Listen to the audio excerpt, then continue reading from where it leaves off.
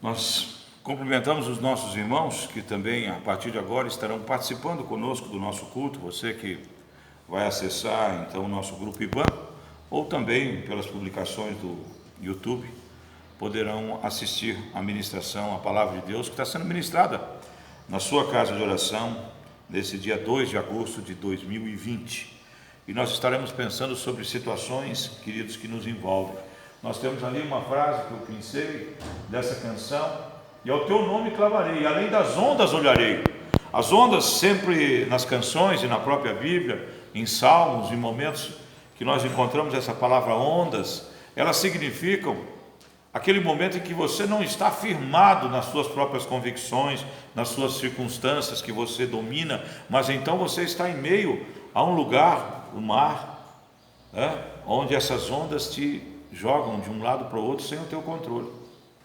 Nós vemos isso com muita clareza naquele momento que Jesus, cansado, dorme ali no convés do barco, e as ondas então atormentam naquele mar de Genezaré, o mar da Galileia, que na verdade é um lago, mas ali pela extensão dele, ondas altas também se formam, e aquele barquinho estava ali meio que à deriva, e aqueles homens desesperados chegam para Jesus. Aquela passagem, queridos, aquele momento, ele é o maior ensino para todas as suas crises. Não espere, não imagine que haja uma outra solução. E essa frase, esse verso, melhor dizendo, e ao teu nome eu clamarei, e além das ondas eu olharei. Essa é a questão das crises que nós enfrentamos. Passamos dias difíceis, passamos dias que de fato temos muitas preocupações, muitas situações. Essa semana eu cheguei ontem com meu pai, falei: oi pai, tudo bem? E normalmente sempre tem uma reclamaçãozinha, e ainda mais como São Paulino, que essa semana foi péssima para ele, Ele falou que não vai assistir mais jogo comigo, ainda mais que tem arroz do lado lá para tirar sarro, Mas ele disse: não está tudo bem não, filho. Eu falei: pai, mas o que aconteceu? Eu achei que tinha tido um problema, caído, alguma situação, E ele falou: não, estou preocupado com meu filho, estou preocupado com você. Eu falei: pai, mas qual é a causa da sua preocupação? O que eu fiz, Ele disse: não, eu acabei de ver a notícia aqui que Santa Catarina está um terror a questão das infecções e mortes. Nós temos que trazer teus filhos para cá, vamos buscar eles. Então nós tememos, queridos, aquilo que nós não temos controle. Então eu sentei, falei: pai, todos os dias eu consagro meus filhos e meus netos na presença de Deus. Eu sei que o melhor Deus tem para eles. E eu descanso. Porque além de tudo, pai, como é que nós vamos... Tem as situações complicadas para mim trazer. São 4 adultos, os 4 trabalham. Tem ali as suas atividades. Eu não tenho como, simplesmente por essa questão. E aqui, uma coisa que eu não tinha contado para ele, e aqui já morreu gente de Covid, pai. Ele regalou os olhos: já? Falei: já. Infelizmente já. Mas nós estamos vivendo um momento aqui controlado, louvado seja Deus. Mas pai, o senhor não ora pelos seus netos? Oro. Falei: então descansa. Descansa. A minha mão, a sua mão, não tem como controlar a vida deles. Não tem como abençoar como a mão do nosso Deus. E lembrei aquele texto que diz: 1000 cairão a um lado, 10.000 à sua direita, mas vós não serão atingidos. Ao salvo, ao firmado na palavra do Senhor, não há nada que nos derrube, nem a morte, queridos, nem a morte. Então, o temor, essa situação que nós vivemos, essas dificuldades que nós temos, elas nos levam de fato a ter que olhar além das ondas. E eu quero dizer, queridos, que os problemas familiares, eles são aqueles que mais nos abatem. Não existe nada que me incomode mais do que o desentendimento ou uma situação que a gente se envolva dentro da nossa casa, ou um problema que surge ali que aparentemente não tem solução, ou alguma dificuldade que você cria que leva a sua família a ter ali um período de sofrimento, ou então alguém na sua casa que cria situações de embaraço ou de dificuldade que fazem a sua família sofrer. Tudo isso nos afeta profundamente. E nós estamos vivendo dias em que a convivência tem sido fortalecida, Queridos, aqui na nossa região, por conta das naturezas das nossas atividades comerciais, as famílias não estão sendo obrigadas a ficar, com exceção das crianças, né? Uma quantidade muito grande de tempo juntas ali. Mas nas grandes cidades, em lugares industriais, nós vemos famílias sendo destituídas, famílias sendo destruídas por conta da convivência com as pessoas, né? Pessoas que foram desempregadas, pessoas que ficaram em casa por licenças, pessoas que não conseguem se transportar para o trabalho por ausência desses veículos. Nós assistimos isso. Tenho acompanhado pastores brasileiros de cidades grandes com uma demanda de trabalho que vocês não imaginam. Um pastor disse: olha, eu não aguento mais essa quarentena aí, que eu nunca trabalhei tanto na minha vida. Eu já disse para os irmãos, sou procurado às vezes por pessoas de outras religiões, ou que nem tem religião, porque é um momento que, mesmo com o impacto menor na nossa região, nós também enfrentamos isso. Então, a crise familiar. Eu quero que você abra a tua Bíblia lá em 2 Samuel, capítulo 15. Deixa marcada a tua Bíblia aí, Salmo 3, que nós vamos estar orando, buscando nele a finalização do nosso trabalho de meditar na palavra do Senhor hoje.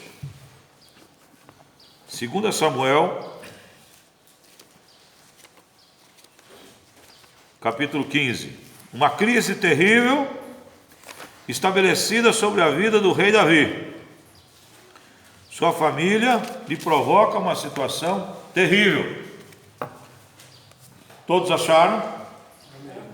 Eu convido você que está nos assistindo agora a separar na tua Bíblia o Salmo de número 3, são 8 versículos, que nós vamos pautar nossa pregação.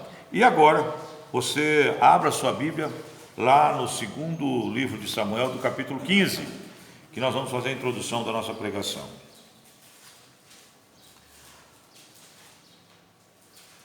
Segunda Samuel, capítulo 15, queridos.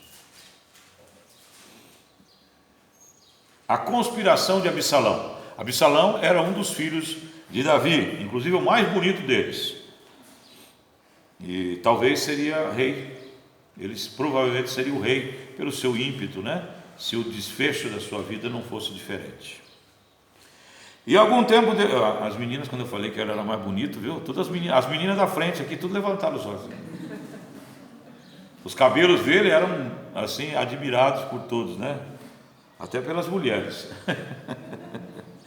Mas ele morreu já, viu? Não tem jeito.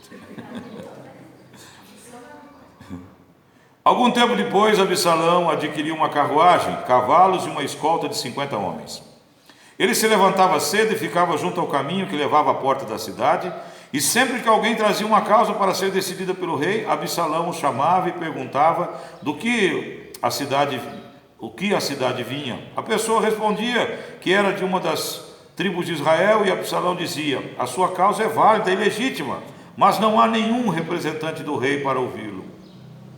E Absalão acrescentava: quem me dera ser designado juiz nessa terra? Todos os que tivessem uma causa ou uma questão legal viriam a mim, e eu lhes faria justiça. E sempre que alguém se aproximava dele para prostrar-se em sinal de respeito, Absalão estendia a mão, abraçava e beijava. Absalão agia assim com todos os israelitas que vinham pedir que o rei lhe fizesse justiça. Assim ele foi conquistando a lealdade dos homens de Israel. Ao final de 4 anos, Absalão disse ao rei: deixa-me ir a Hebrom para cumprir um voto que fiz ao Senhor. Quando o teu servo estava em Jesur, na Síria, fez esse voto: se o Senhor me permitir voltar a Jerusalém, prestarei culto a ele em Hebrom. Vá em paz, disse o rei, e ele foi para Hebrom.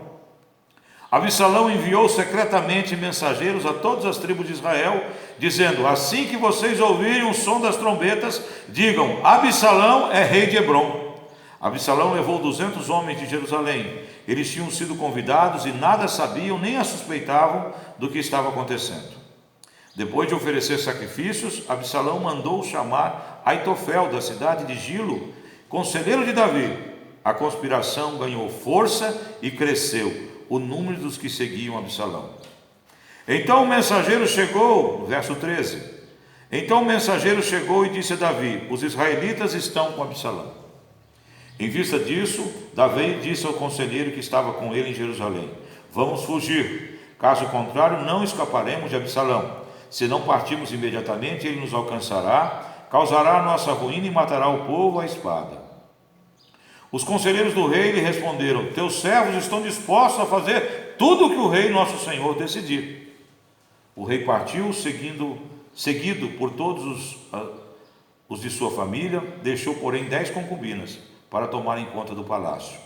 Assim o rei partiu com todo o povo e pararam na última casa da cidade, e todos os seus soldados marcharam passando por ele, todos os queretitas e peletitas e os 600 gileus que o acompanhavam desde Gate. Queridos, até aí, até o verso 18. O que nós vemos aqui? O desfecho de uma crise de 11 anos numa família. Eu quero que você perceba e compreenda como é destrutivo nós não resolvermos questões que envolvem nossa família.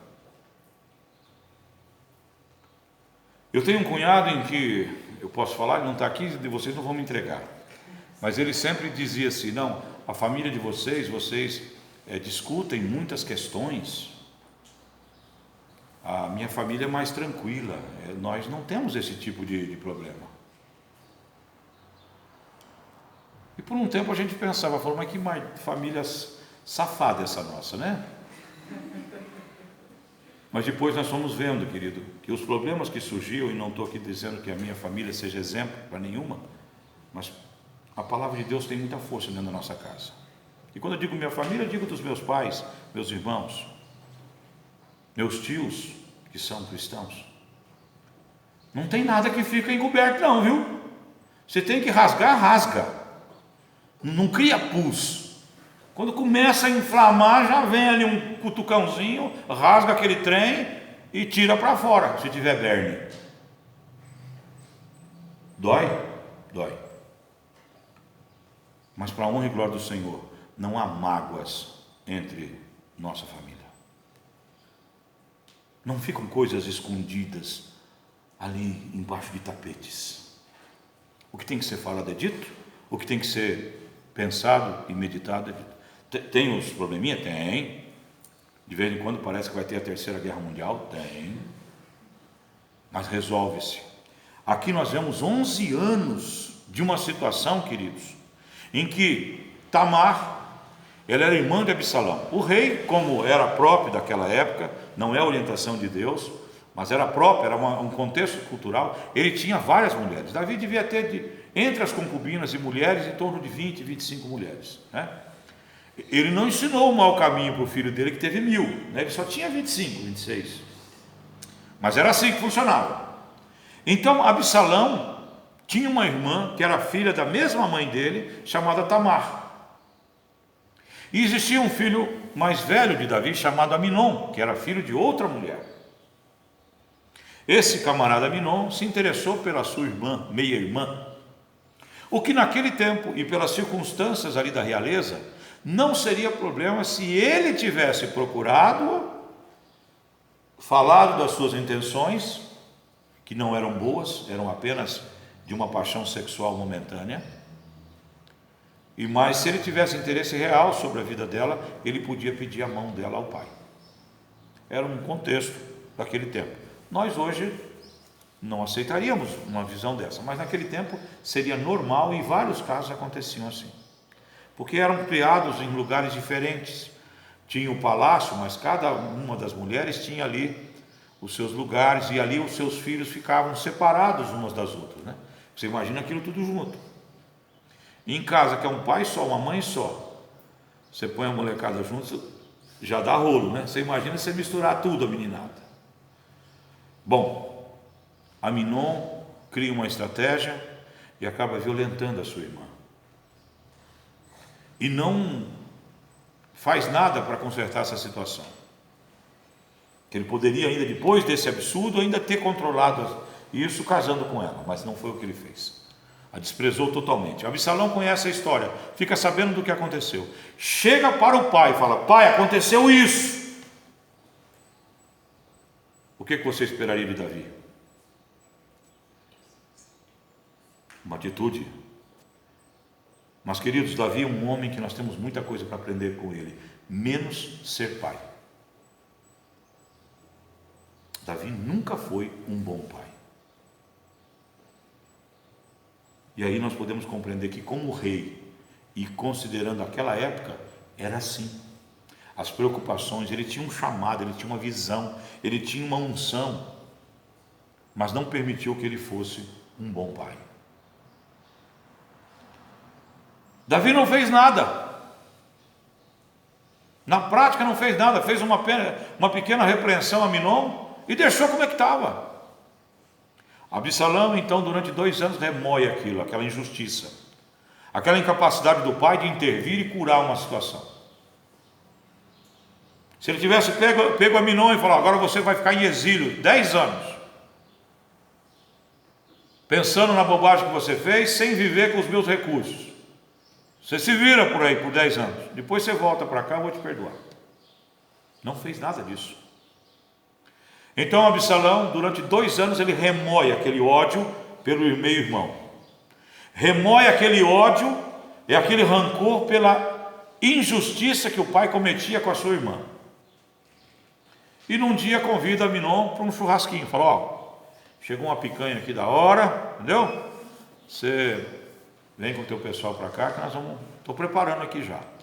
E todo mundo achou que com esses 2 anos já tinha havido ali um perdão. Quando Amnon chega para comer a picanha, ele não teve tempo. Absalão se dá sobre ele e o mata. Aí Davi age. Aí Davi pega e expulsa Absalão, também não o mata, mas o expulsa e ele vai morar ali na Síria.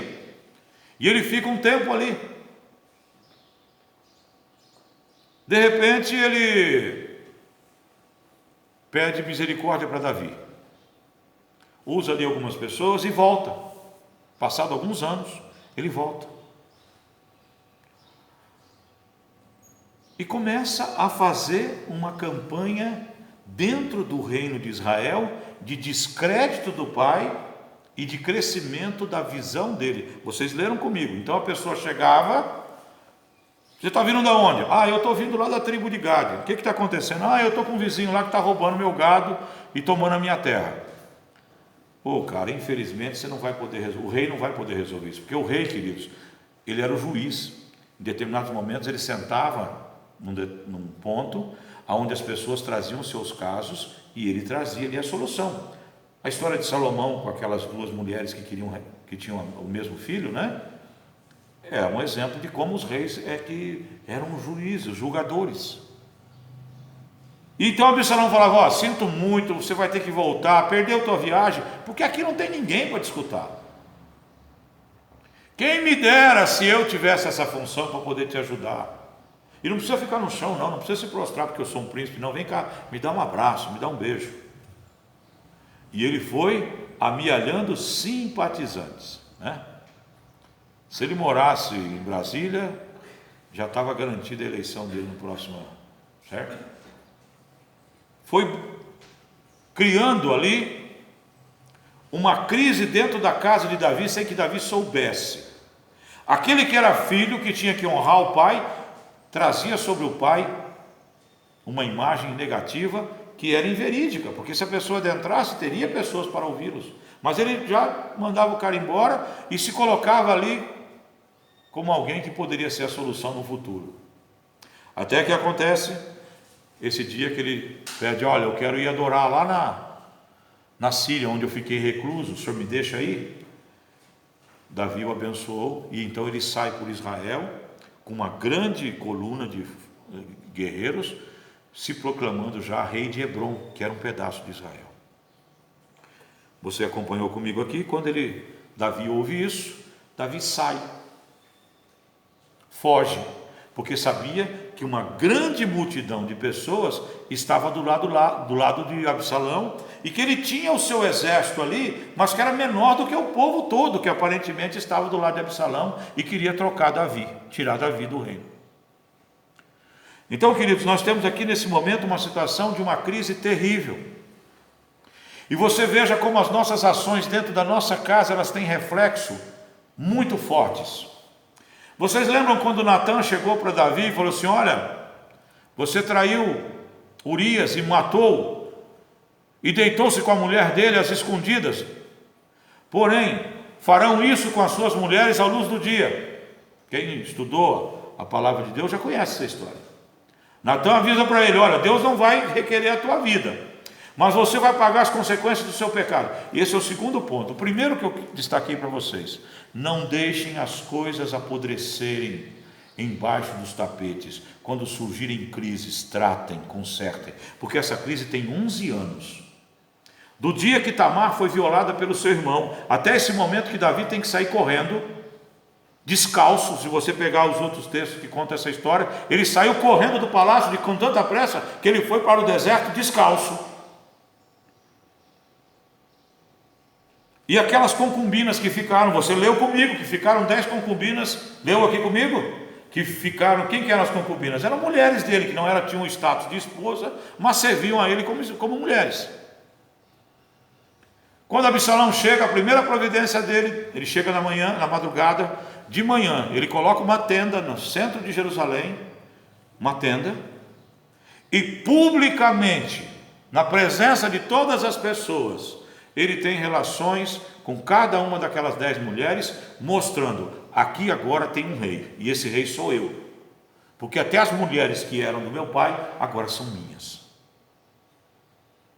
Se tivesse uma feminista aqui agora, ela já me tirava a base de chinelada aqui de cima, né? Mas, queridos, esse é o relato da história e de um contexto que eu estou falando de 3.000 anos, certo? Não estou dizendo que Deus aprova e que Deus acha isso bonito, mas é assim que funcionava. Então, as consequências do erro na tua casa, na tua vida, você se prepara porque eles virão. Deus pode perdoar, Deus restaura, mas as consequências, elas acontecem. Isso tem que nos levar a pensar muito nas nossas ações, muito nas nossas atitudes. Todos nós, dentro da nossa casa, queridos, temos que ter a compreensão que as nossas ações, elas refletem para o restante da nossa vida. A misericórdia de Deus pode chegar, a restauração de Deus pode chegar, mas saiba que há a consequência do teu erro, a consequência da tua falha.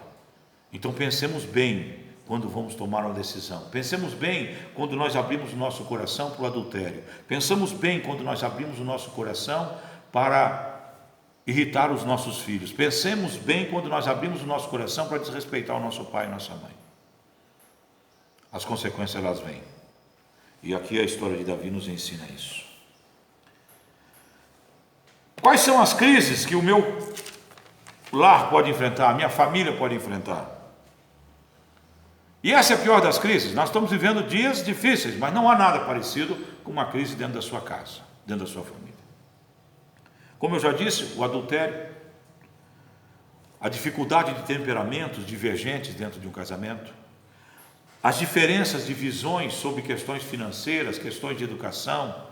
O casamento ele balança muito, porque são vários fatores, e ainda mais hoje, quando a mulher, né, graças a Deus e a Jesus, que mudou o status da mulher lá no Novo Testamento, tirando ali aquele ranço patriarcal que havia sobre a cultura judaica, as mulheres hoje têm voz ativa, elas participam, elas dão opiniões, elas têm ali as suas prerrogativas como ser humano que são, como companheiras que são. A Bíblia, através de Paulo, na orientação que ele nos dá lá em Efésios, mostrando que de fato o homem tem que ter a sua postura ali de líder dentro da casa, mas que a mulher também tem que ser amada como Cristo amou a igreja. Queridos, é uma responsabilidade muito grande, e isso traz então mais responsabilidade e mais dificuldade.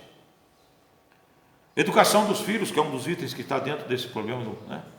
Queridos, há uma dificuldade muito grande. Normalmente são dois conceitos diferentes, duas origens diferentes que chegam, e agora tem filhos que convergiram ali nesse casamento. Como que eu vou educar? Vou educar igual minha mãe me ensinou? Ou como o teu pai ensinava? Tem que ensinar como a Bíblia pede que ensine.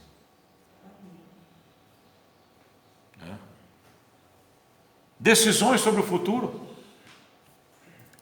Eu me lembro quando adolescente, morando na cidade pequena, o que nós vamos fazer agora? O Marcelo vai para Londrina, o Marcelo vai para Curitiba, o ano que vem já é a Valéria, como é que nós vamos fazer? Cada filho esparramado Foi um momento de decisão. Ou mudávamos ali de Borrasópolis, íamos para uma cidade maior, mas era difícil, porque meu pai era administrador de fazenda e não tinha assim uma outra possibilidade. Decisões, momentos que nós passamos para decidir o que vão ser feito no nosso futuro, quando perdemos o emprego ou temos uma outra dificuldade financeira.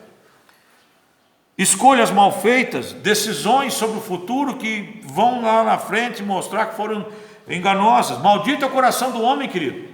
Não se paute pelo teu coração nunca, mas vá pela paz, que é o árbitro de Deus para a tua vida. Quando você pensar sobre uma decisão, e essa decisão, mesmo que seja contrária à sua, mas quando você pensa nela, o teu coração não te incomoda, vai por aí. Porque na verdade essa paz é dada pelo Espírito Santo, porque o teu coração é enganoso. A Bíblia nos diz, há palavras e ações que para o homem são palavras de vida e são palavras de morte, são caminhos de morte, melhor dizendo. Queridos, doenças. Quantas situações nós conhecemos de casamentos e famílias que são destruídas quando a doença chega.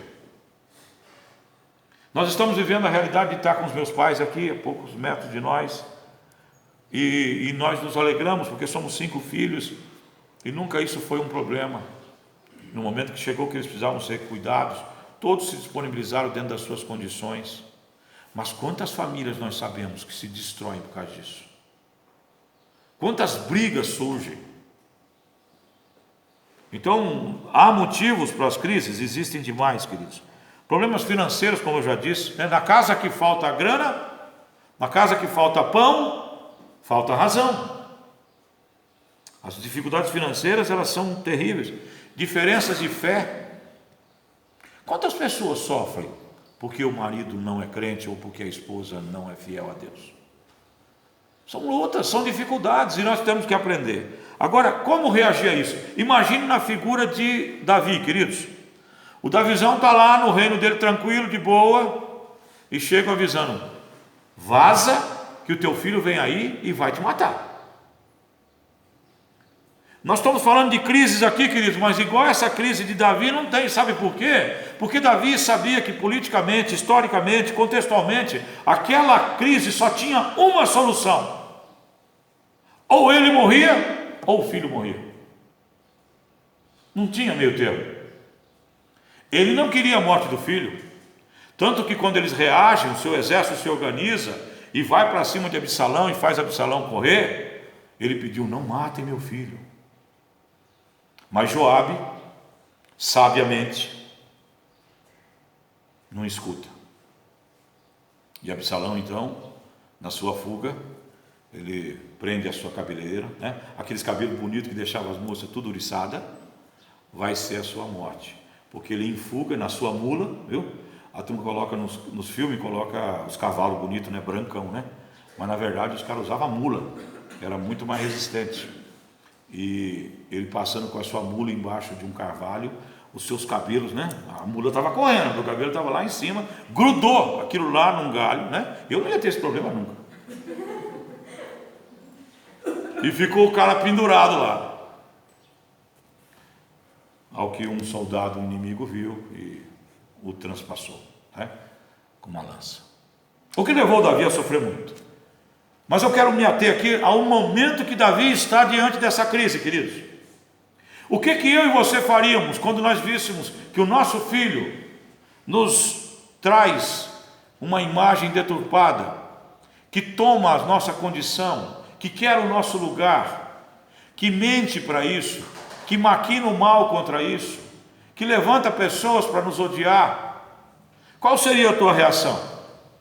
E é nesse ponto que eu quero dizer, Davi é um dos piores pais que a Bíblia tem. Eu não consegui achar um mais relapso.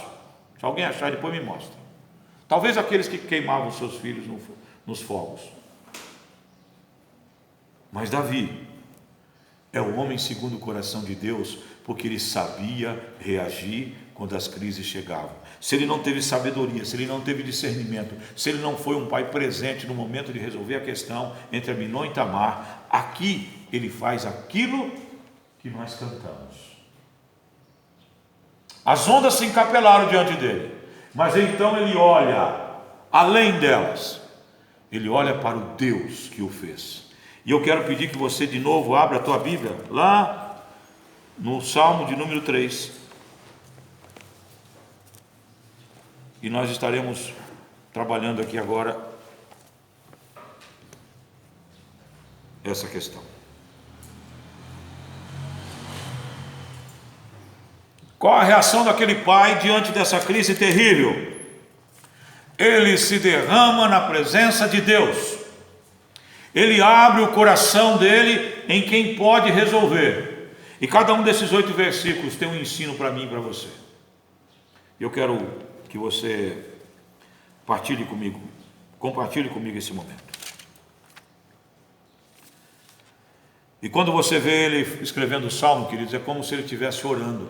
Esse salmo é uma oração. E ouvindo Hernando Dias Lopes falar sobre um assunto semelhante, pregando sobre essas questões, ele diz o seguinte: não há nada tão poderoso quanto alguém de joelhos, clamando pela sua casa, e um Deus do alto céus ouvindo. Não tem nada com mais potência, não tem nada com mais poder, queridos. Eu quero aqui rapidamente repartir uma experiênciazinha pequenininha que eu tive essa semana. Meu netinho estava ali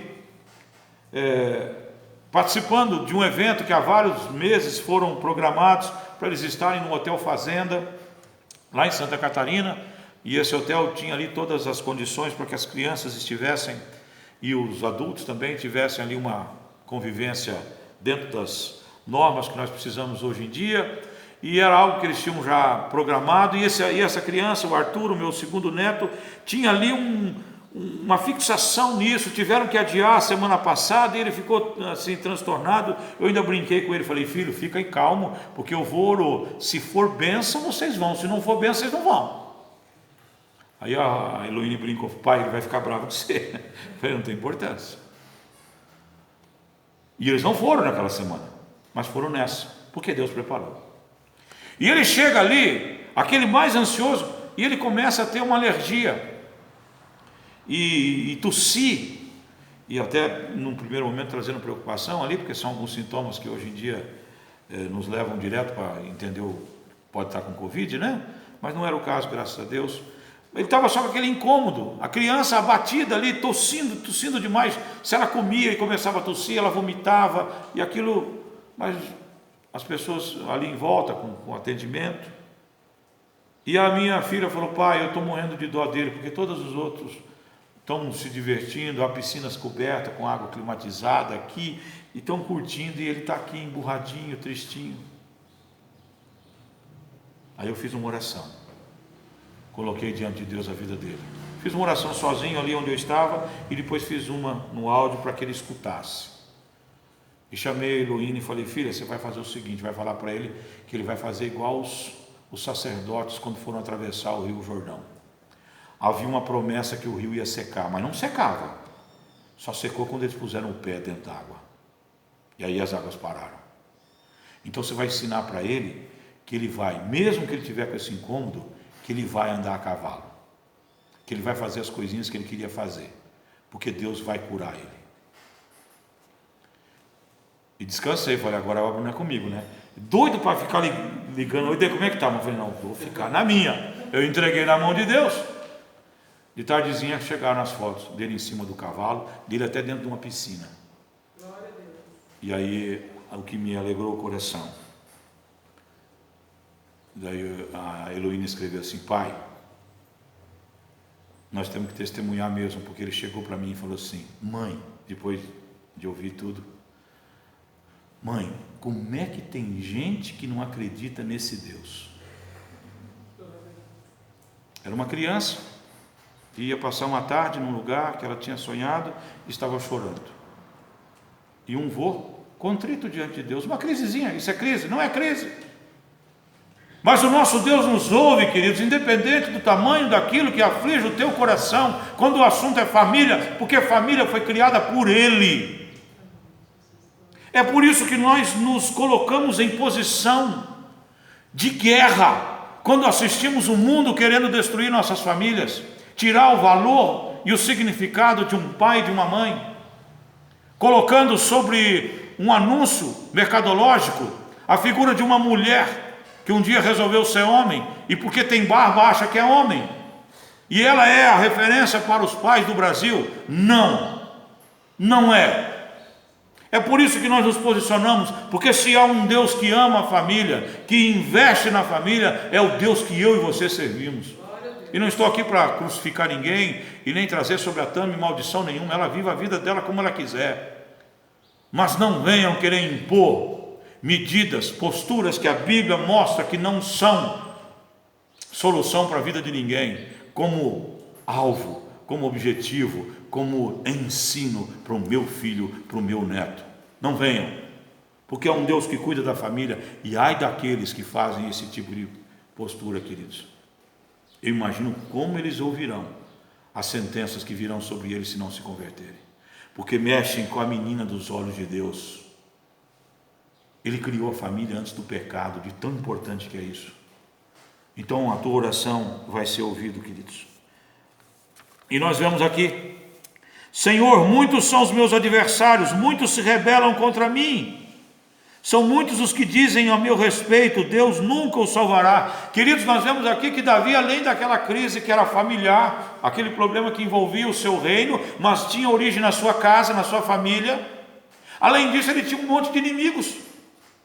Aquelas pessoas que foram cooptadas por Absalão, aqueles reinos que eram vizinhos de Israel, que Davi tinha colocado eles ali de quarentena, falou: aqui não, quem manda aqui no pedaço é Israel, é Jerusalém, e vocês paguem impostos, senão vem dar uma corretiva em vocês.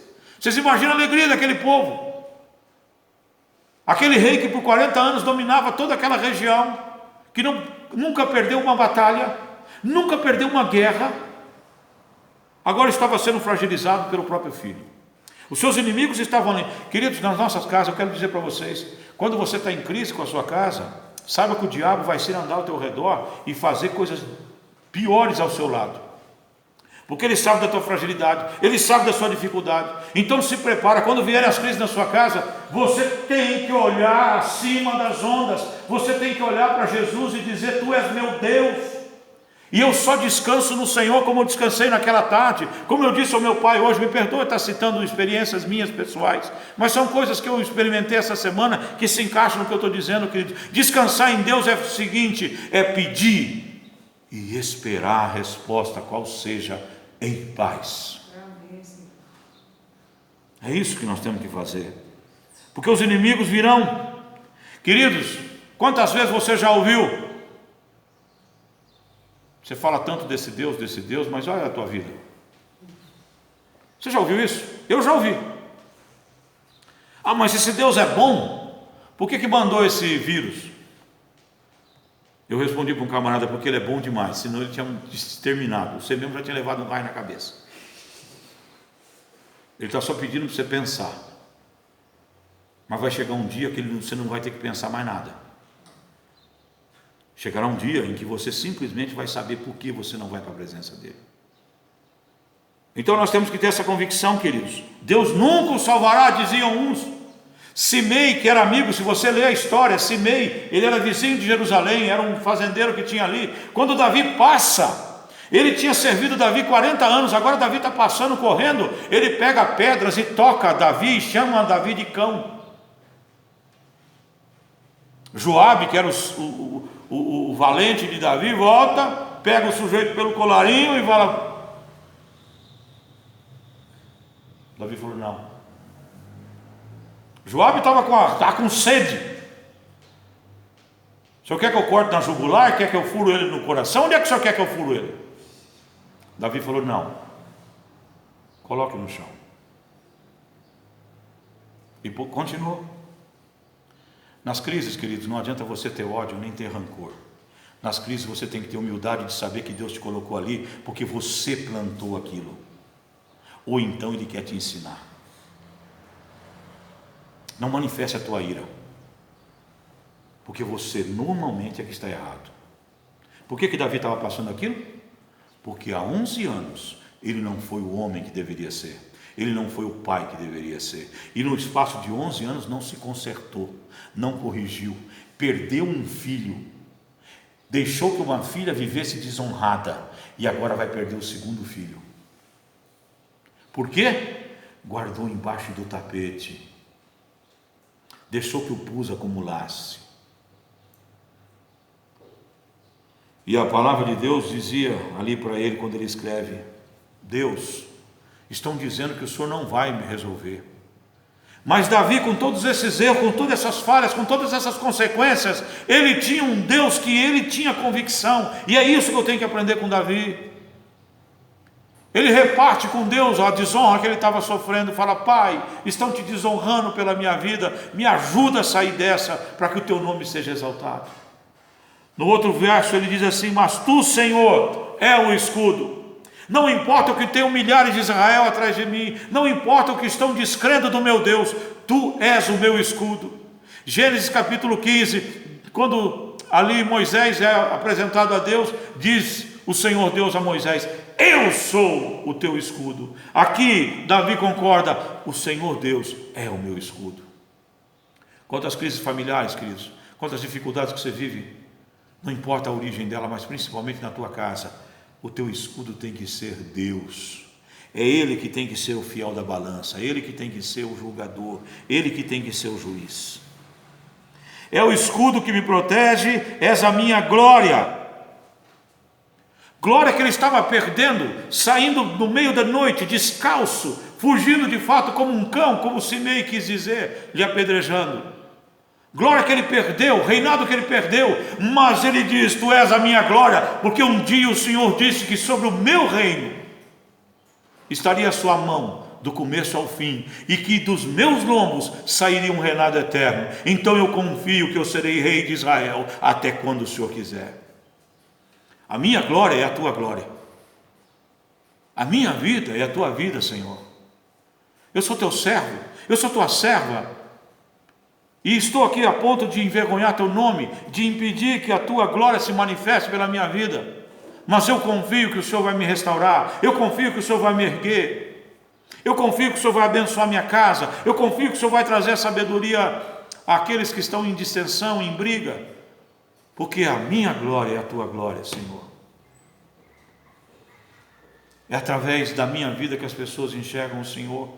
Infelizmente, eles são estúpidos. Eles olham em mim e não olham para o Senhor.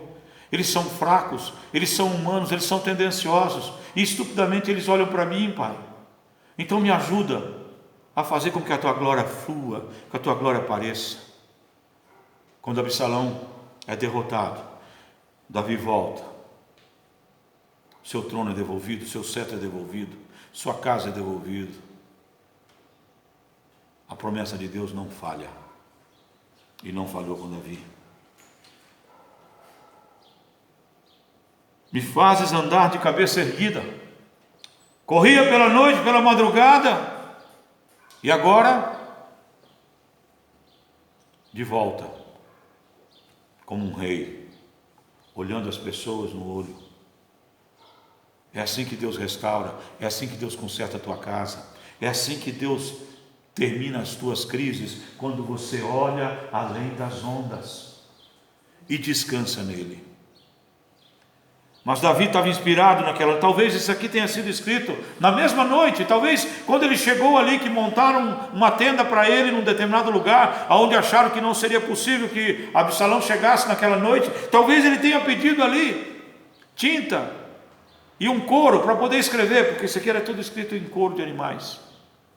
Eu não sei, a Bíblia não sabe o dia que ele escreveu isso, mas a Bíblia sabe, a tradição judaico-rabínica sabe que foi enquanto ele fugiu do seu filho, e não durou muito, foram alguns dias só. Então ele escreve essa palavra: ao Senhor clamo em voz alta, e do seu santo monte ele me responde. Essa convicção, queridos, que você tem que ter, a resposta de Deus vem, talvez não como você quer. Porque quando ele envolveu-se lá com Betsaba, Deus respondeu. Ele escreveu o Salmo 51 em arrependimento, mas a resposta de Deus veio, e talvez não era a que ele queria. O filho daquele adultério vai morrer. E ele vai ser impedido de construir o templo, entre outras coisas, pela morte de Urias. Repito, e nessa meditação final aqui eu quero dizer para vocês: nossas ações dentro dos nossos lares têm efeito, têm rebotes, têm consequências. Pensemos muito antes de tomar qualquer decisão, de qualquer desvio de caráter que você quer permitir que aconteça na sua vida. Saiba que seus filhos, sua esposa, seu esposo ou seus pais sofrerão as consequências disso, porque eles te amam, porque eles vivem, interagem com você. Qualquer ação sua equivocada, ela alcança todos que estão do seu lado. Verso 6: não me assustam os milhares que me cercam, não me assusta a oposição do mundo. Eu posso trazer para os nossos dias: não me assusta a visão da pedagogia moderna, da sociologia corrompida e trazida sobre nós, sobre o manto de avanços sociais, trazida sobre nós como direitos dos seres humanos, quando na verdade são ideias e visões que destroem a essência do ser humano na sua ligação com o Criador. Quando eu digo que uma família pode ser formada por 2 homens, 3 homens, 2 homens e uma mulher, 2 mulheres e um homem, não importa. Quando eu ensino que o aborto é um direito da mulher, quando eu ensino que o ladrão, que o bandido, que o assassino, que o pedófilo, ele tem que ser tratado com todo o mimo, e não está errado, com todo o respeito, mas o bebê que está dentro do útero de uma mulher que não pensou antes de ter relações sexuais ilícitas, esse não tem direito. O assassino, o latrocínio, ele não pode ser tocado, e não deve ser mesmo pela polícia, não precisa ser coagido com violência. Agora, o bebezinho no útero de uma mãe, que não pensou antes de ter aquela relação, esse pode ser arrancado. Pode entrar um fórceps dentro dela e arrancar aquela criança lá de dentro, que está tudo certo, o corpo é dela. Essas visões, nós, queridos, quando nós amamos a nossa família, nós temos que saber que o mundo milita contra ela, e Davi sabia que naquele momento havia um batalhão de demônios ali trazendo força sobre aqueles traidores de Israel, porque estava sendo destruída a família de Davi, estava sendo destruído o reinado de Davi. Então, quando você orar, quando nos teus momentos de dificuldades na tua casa, saiba que o mundo milita contra você, mas não tenha medo. Não tenha medo de ir contra. Não tenha medo de chegar diante de uma escola, ou diante de uma visão, ou diante de qualquer magistrado que seja, e dizer: na minha casa é diferente. Meu filho e minha filha, quando eles me desobedecem, quando eles saem da linha, eu os corrijo com a firmeza que é necessário, sem espancamento, sem arrancar sangue de ninguém, mas eu vou cuidar e educar meus filhos como eu sei que a palavra de Deus ensina. Porque o contrário é isso que está aí fora. Então milhões estão contra você, querido, que quer defender a tua casa, que quer defender a tua fé, que quer defender a visão que Deus traz. E no meio das crises, então Davi está dizendo aqui, não me importa quanto tenham, porque eu tenho um escudo, e esse escudo é o Senhor de Sião. E terminando, queridos, levanta-te, Senhor, salva-me, Deus meu. Salva-me, Deus meu. No verso 5 aqui, eu pulei: eu me deito, durmo e torno a acordar, porque é o Senhor que me sustém. Davi dormiu naqueles dias, cara. Será que você dormia? Ele não ia escrever isso aqui se ele não tivesse dormido. Eu sou meio parecido com Davi. Para mim perder o sono, eu acordo mais cedo, já disse isso para vocês, mas eu durmo. Tem um ditado que não é bíblico, é espanhol, mas tem tudo a ver com a Bíblia: o que não tem jeito, o jeito está dado. E eu preciso de 8 horas de sono para no outro dia enfrentar o Golias. Se eu tiver com olheira, passei a madrugada em claro, só de olhar para a cara do Golias eu já vou cair. Então ele está dizendo aqui, eu durmo. Sabe por quê? Porque eu tenho um escudo. Sabe por que eu durmo? Eu não tenho medo desses milhares que estão aí. Mas aí então ele fala aqui uma frase que diz que você fala: mas será que Deus está deitado então? Onde é que está Deus? Está tirando a soneca? É uma linguagem de oração. Levanta-te, Deus meu. Levanta-te, Senhor. Salva-me. Olha para mim, Deus. É uma linguagem que a gente chama de antropomorfismo. É o homem querendo falar para Deus: olha, eu não sei o que o Senhor está fazendo, eu sei que o Senhor tem seus propósitos, tem seus planos, eu confio, mas me socorre, Pai, pelo amor de Deus. Eu estou num abismo, a minha casa está ruindo, os meus filhos estão saindo da minha proteção e indo para caminhos que não dão certo, o meu casamento está ruindo. A minha família como um todo está ali passando por momentos de dificuldade, porque temos decisões para tomar e um quer ir para um lado, o outro quer ir para o outro. Tem misericórdia de mim, Pai, tem misericórdia. Quebra o queixo de todos os meus inimigos. Aqui é engraçado, né? Quebra o queixo. Arrebenta os dentes dos ímpios. Davi não era mole, não. Ele ainda queria fazer o tempo. Mas sabe qual é o significado disso aqui? Quem são seus inimigos hoje, queridos? São os inimigos do reino. E essa palavra eu e você podemos entender de forma metafórica. Deus cala a boca dos demônios. Cala a boca daqueles que, servindo ao demônio, querem trazer sobre o meu país, sobre a minha nação, sobre a minha terra uma realidade mentirosa que não existe em lugar nenhum do mundo, mas aqui eles querem implantar. Cessa a boca queixosa da minha esposa, cessa e quebra a boca amaldiçoadora do meu marido, limpa e purifica os lábios dos meus filhos, que vendo coisas que não prestam na televisão e nos seus meios sociais, aprendem gírias e palavras depreciativas, que não te edificam. A palavra de Deus diz: a palavra torpe não deve estar na boca daquele que teme a Deus. Nem por brincadeira, viu, queridos? Eu tenho que me policiar como um fio de espanhol italiano, de vez em quando. Eu pelo menos penso ou falo quando eu estou sozinho, ou junto com a Rose, assim, aquela coisa do passado, e eu tenho que me policiar, porque o ser humano acha que a sua boca é um esgoto, e não é.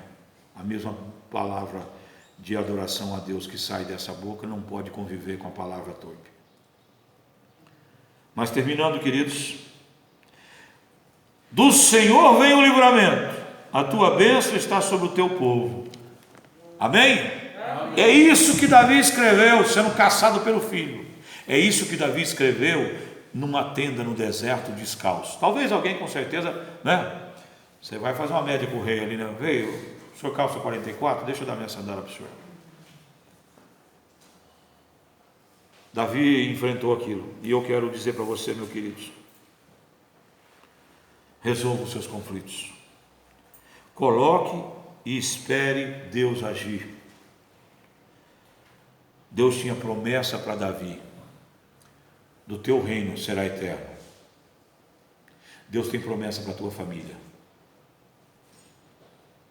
Em ti serão benditas todas as famílias da terra. Essa bênção sai de Abraão e vai para Cristo Jesus. Você é cristão, você aceita Jesus, então essa promessa é para você. Serão benditas todas as famílias da terra. Você tem promessa. Deus tem promessa para a tua casa, queridos. Ninguém vai roubar. Ninguém roubou a bênção de Davi. Ninguém anulou a promessa de Deus sobre Davi. E ninguém tem o direito de tentar roubar a bênção que é sua, para a tua casa, para a tua família. Não importa a crise, não importa as motivações. Amém? Amém. Glórias ao nosso Deus. Eu quero, queridos, nós estamos encerrando o nosso culto, mas eu quero fazer algo. E eu estarei aqui orando com vocês de uma maneira poderosa. Eu vou pedir que nosso grupo de louvor possa entoar aqui o primeiro e segundo estrofe da última música. E nós vamos estar orando. Eu vou estar orando pela tua casa. Eu vou estar orando pela tua família. Que Deus possa ouvir as nossas orações, o nosso clamor. E importa se você está vivendo um momento de felicidade, de paz e de total tranquilidade na tua casa. Não importa se você está enfrentando uma luta tremenda ou uma luta pequena. Nós vamos invocar a presença de Deus, o Deus de Davi, sobre a tua vida, para que você deite e durma, e para que você grite: eu tenho um escudo, e não importa quantos estão contra mim. Amém? Vamos nos colocar em pé então e vamos louvar a Deus.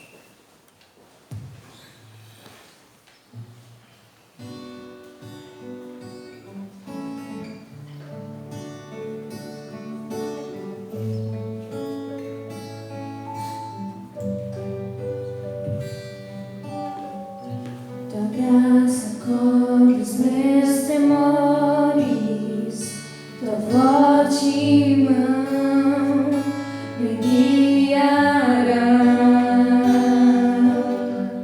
Se estou cercado pelo medo, tu és fiel, nunca vais falhar. E ao teu nome eu clamarei, e além das sombras olharei.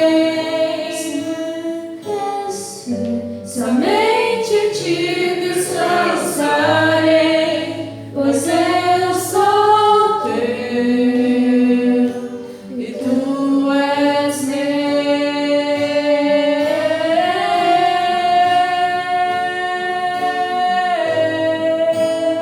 Aleluia. Aleluia. Tu és o Deus do impossível. Tu és o Deus das crises, Pai. Tu és o Deus que chega e opera quando nada mais há para que nós possamos ter esperança.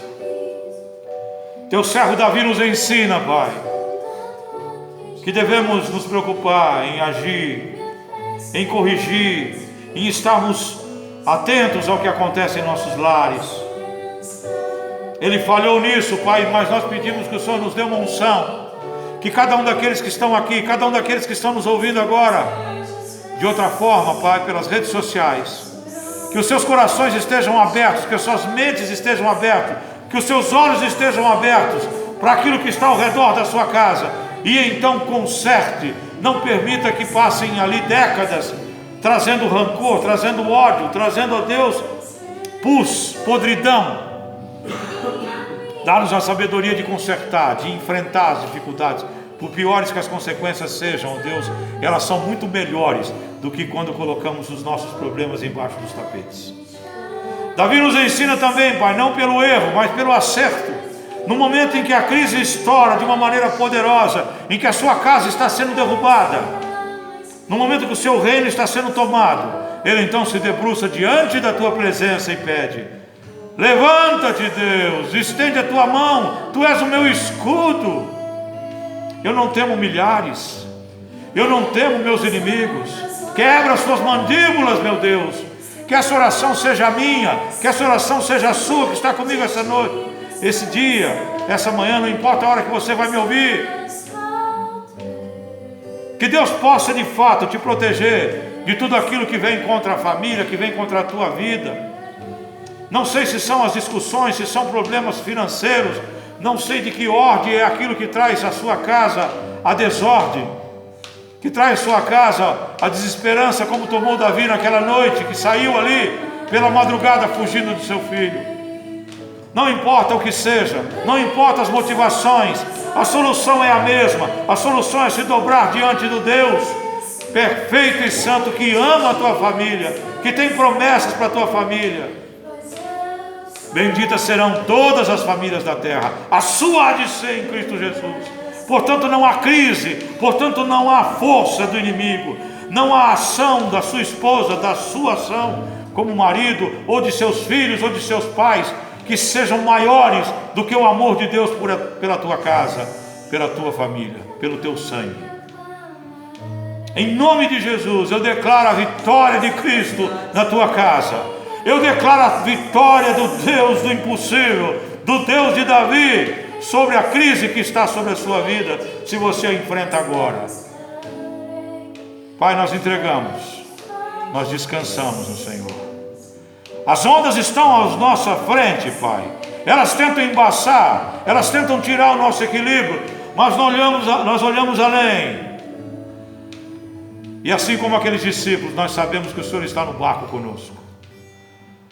E então o Senhor há de levantar-se e dirá às ondas bravias, e dirá ao vento intempestuoso: acalma-te, aquieta, mar revoltoso. E a tua paz há de inundar os nossos corações, e as nossas casas serão casas de louvor e adoração.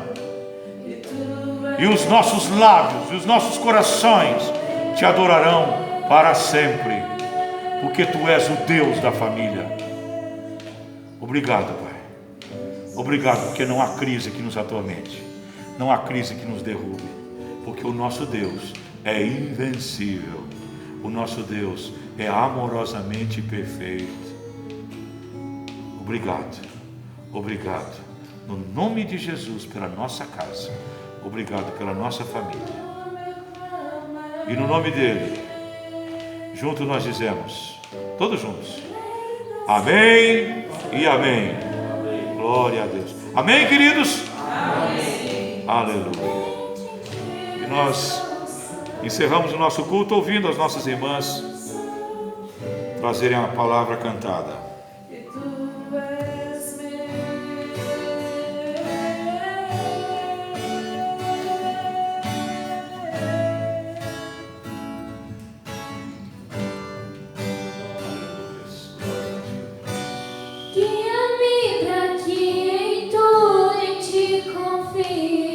Sobre as águas eu caminhe, por onde quer que chames.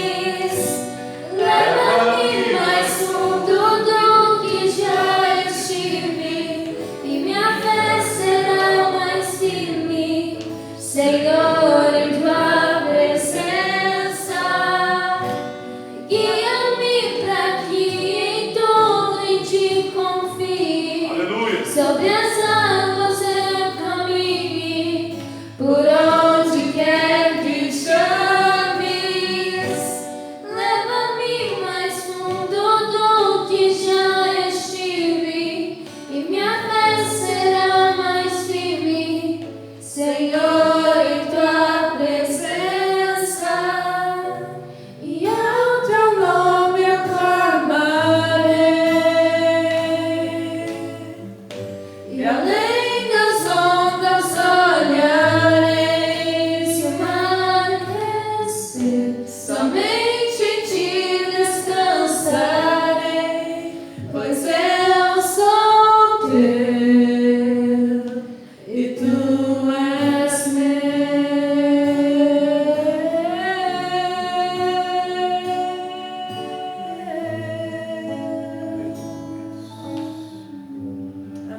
Glória a Deus.